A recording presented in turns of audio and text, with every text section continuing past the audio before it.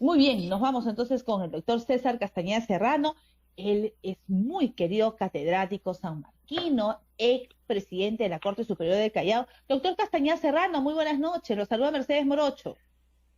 Doctora Mercedes Morocho, un placer como siempre poder conversar con usted y compartir con sus televidentes algunas reflexiones sobre la coyuntura actual. Muy bien, doctor, justamente para hablar sobre el análisis que usted podría darnos acerca de la presentación del gabinete el día de hoy en el Congreso. ¿Ha estado a la altura de las circunstancias? ¿Es lo que se debió escuchar? Mire, doctora Mercedes Morocho, tendríamos que partir de lo siguiente. Todos tenemos que entender que el presidente electo de la República es el señor, el profesor Pedro Castillo, ¿no es cierto? Y tenemos que dejarlo que gobierne, tenemos que ayudarle a bien gobernar, ¿no es cierto? Pero ayudarle a bien gobernar implica hacer seguimiento, porque hoy por hoy, en esta nueva etapa en la que está ingresando nuestra república, el pueblo tiene que aprender a ejercer su poder. El poder lo ejerce realizando el control oportuno de cómo se viene ejerciendo el gobierno. Dentro de este contexto, el Premier hoy ha hecho la presentación ante el Congreso de la República de su plan de trabajo. ¿No es cierto?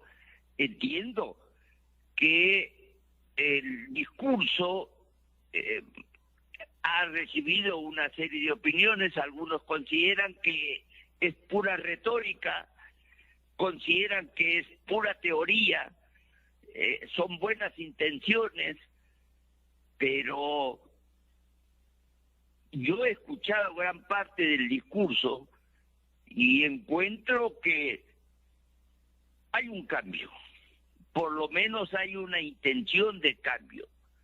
Pues bien, ayudémosle a que haga este cambio, ayudémosle a que se ejecuten las intenciones que ha expresado en el discurso, pero no podemos tratar de hacer una oposición partiendo de que somos los más eruditos, los más preparados y que somos mejores que quienes en este momento están ejerciendo el gobierno.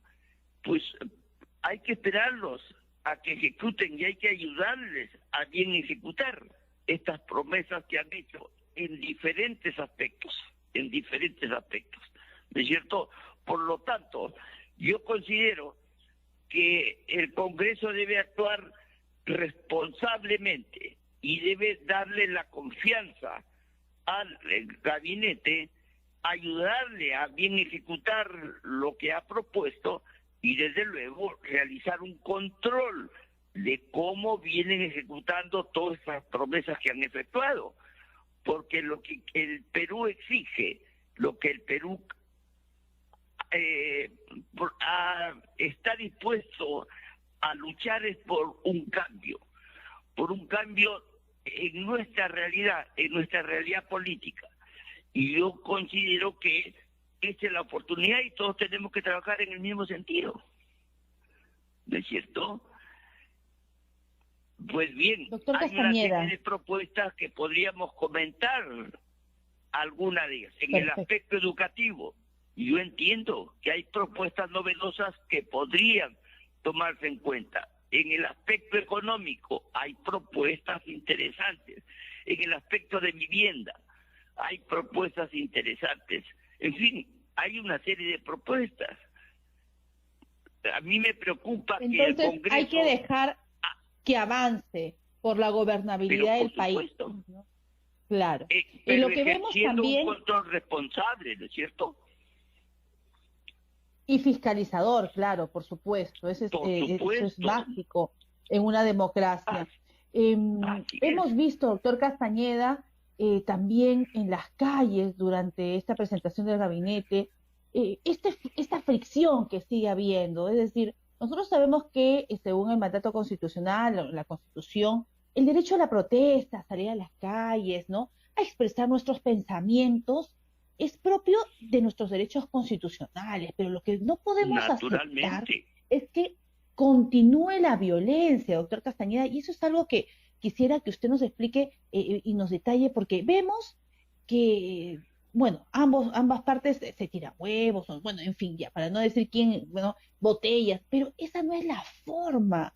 Cada uno puede tener, digamos, puede tener una inclinación hacia una posición, ¿no? De que le den el voto de confianza o no le den el voto de confianza, pero eso no quita que entre peruanos nos estemos agrediendo y continúa la agresión, doctor Castañeda. Eso es Eso es lo preocupante. preocupante, ¿no? Eso es lo preocupante. Sí, es que, a ver, uno de los grandes problemas que existe en nuestra sociedad es la falta de tolerancia, ¿no es cierto? Y de eso tiene gran responsabilidad un sector del periodismo, ¿no? Hay un sector del periodismo que no puede negar su grado de responsabilidad y que pues se dedican a hacer una crítica destructiva del gobierno en lugar de ayudarle a bien gobernar. Lo que están tratando es de legitimarlo y está generando este enfrentamiento entre los miembros, los integrantes de la sociedad, porque claro, un gobierno que ha obtenido una mayoría no muy significativa en la votación, es un gobierno que necesita esforzarse efectivamente, hacer efectivo las promesas que hizo dentro de su campaña para ir legitimándose poco a poco y para que la gente vaya entendiendo que conforme ha prometido el Premier, centralizar sus estrategias a combatir los grandes problemas que tiene nuestro país, el problema de la corrupción, el problema del narcotráfico, el problema del terrorismo, el problema del bajo nivel educativo, del deficiente nivel educativo, los problemas económicos, ¿no es cierto? Y tantos problemas que tiene nuestro país. Entonces, ese es el gran problema. Aquí los profesionales, el periodismo, los técnicos, tenemos que ayudar a que